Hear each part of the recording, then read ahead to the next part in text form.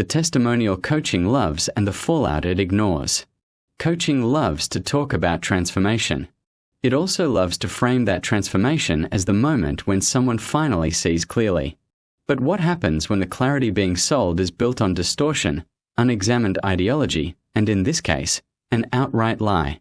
A recent testimonial from the coaching room is a perfect example of how modern coaching borrows authority, rewrites thinking, and turns paying clients into disciples. It begins with a fake Einstein quote, continues with a narrative that looks rehearsed, and finishes with a claim that mirrors one of the most harmful ideas I saw play out in my own life. This article is not about the individual who wrote the testimonial. It is about the machinery behind it. Once you understand the structure, you start to recognize the same script appearing in coaching, business, leadership, and corporate learning environments. You also see the human cost. The Einstein quote Einstein never said. The testimonial begins confidently with a line nearly every coach seems to have memorized. We cannot solve our problems with the same thinking we used when we created them. It is presented as Einstein. It is not Einstein. There is no verified source for the quote. It does not appear in Einstein's published scientific papers, his essays, his recorded lectures, his correspondence, his personal notebooks, the Einstein archives at the Hebrew University of Jerusalem. Historians and editors of the collected Einstein papers classify it as misattributed. So where did it come from? Einstein did write something loosely related in 1946. In a telegram printed in the New York Times, he said, "A new type of thinking is essential if mankind is to survive and move toward higher levels." This was not about personal transformation. It was about the threat of nuclear weapons. The coaching version appears decades later in spiritual and self-help writing from the 1960s and 1970s. Early personal development authors and New Age thinkers began turning Einstein's nuclear warning into a generalized lesson about mindset. None of them cited a source, and none attributed it to Einstein. The precise modern wording only starts appearing in the 1980s and 1990s. It spread rapidly through leadership programs, neurolinguistic programming trainings, and business seminars. Journalists and speakers repeated it, often without checking. Popularity is not proof. Start with a lie, and the rest will follow. Coaching did not give her clarity. It gave her permission. When I read the line in the testimonial, my problems were not out there. They were in how I was thinking about reality. I recognized the pivot point that shaped my ex-partner's transformation. Coaching did not simply teach her new ideas. It gave her psychological permission. Permission to reinterpret the world not as it was, but as she wanted it to be. Permission to treat external pressures, responsibilities, and relationships as secondary to her thinking. Permission to detach from anything that felt heavy, uncomfortable, or inconvenient. This is how the coaching mindset works. Once you accept that all problems originate in your thinking, nothing outside you requires loyalty. Stress is no longer caused by workload or circumstance. Conflict is no longer caused by behavior or choices. Overwhelm is no longer caused by reality. The marriage, the family, and the history you share become optional interpretations rather than obligations. Coaching calls this empowerment. What it really provides is a license. A license to walk away. A license to reframe commitment as misalignment. A license to classify your partner as an old story. A license to turn harm into growth. A license to treat the people in your life as characters in a narrative you are free to rewrite at any time. When someone is already exhausted, overwhelmed, and searching for meaning, that license feels like clarity. It feels like liberation. It feels like insight. In truth, it is permission to abandon the structures of your life without confronting the impact. The testimonials claim that the problem was in my thinking is not harmless. It is the same shift that allowed her to justify decisions that devastated our family. It framed a series of painful choices as a pathway to a higher self. And once that permission is accepted, the fallout becomes someone else's story to deal with. Exit testimonials. Why coaching captures the high and ignores the fallout. The testimonial shared by the coaching room is not proof of transformation. It is an exit high. Coaching programs rely on these because they capture participants at the exact moment when they are least able to evaluate the real impact of what they have absorbed. An exit testimonial is taken in the heat of emotional elevation. The participant has just come out of an intense environment, flooded with group energy, novelty, pressure, bonding, and the relief of having completed something demanding. They are sleep-deprived, overstimulated, and caught between exhaustion and euphoria. At that moment, almost anything feels profound.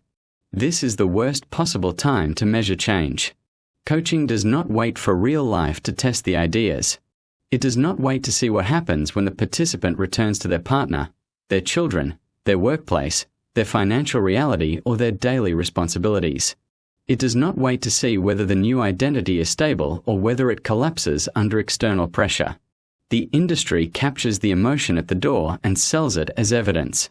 Exit testimonials measure nothing except the emotional residue of the final day. This is why they sound clean, polished, and certain.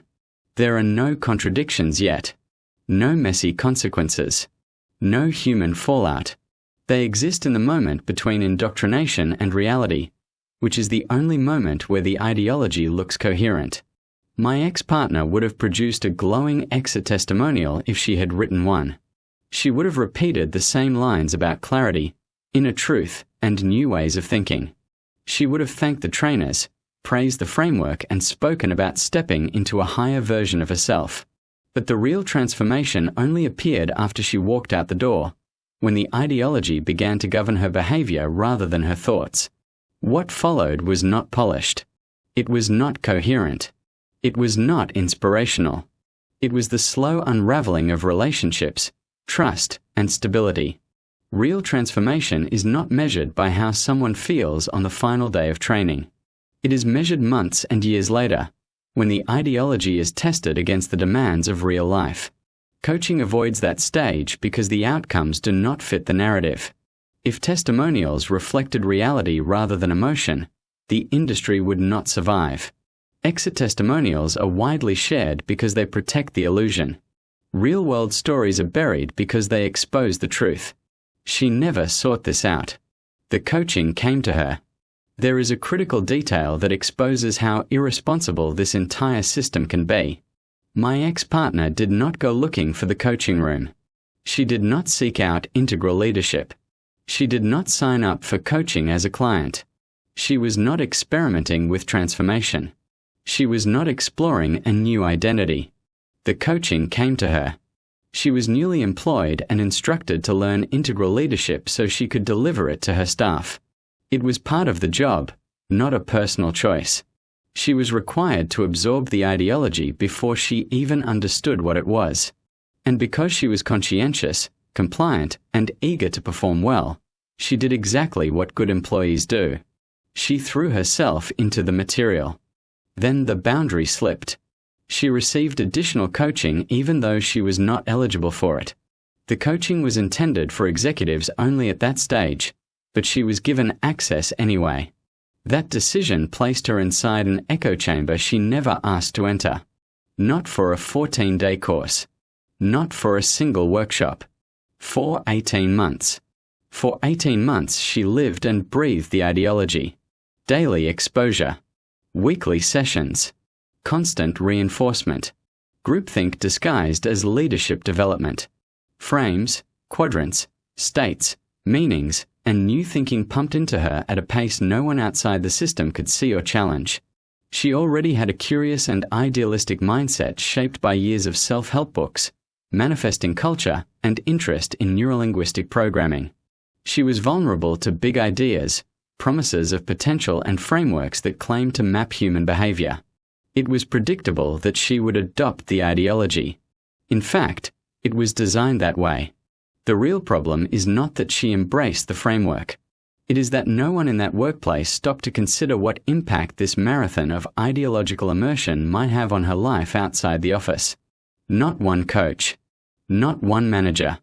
Not one executive paused to ask whether this level of psychological influence was appropriate or ethical for a non-executive employee. They did not ask because the system rewards uptake, not oversight. They did not look at her family situation. They did not look at her relationship history. They did not look at the pressures she was under. They did not look at the sudden workload, the overwhelm, the pandemic context, or the emotional strain. They looked only at her willingness to participate. This was not leadership development. It was indoctrination delivered through the workplace.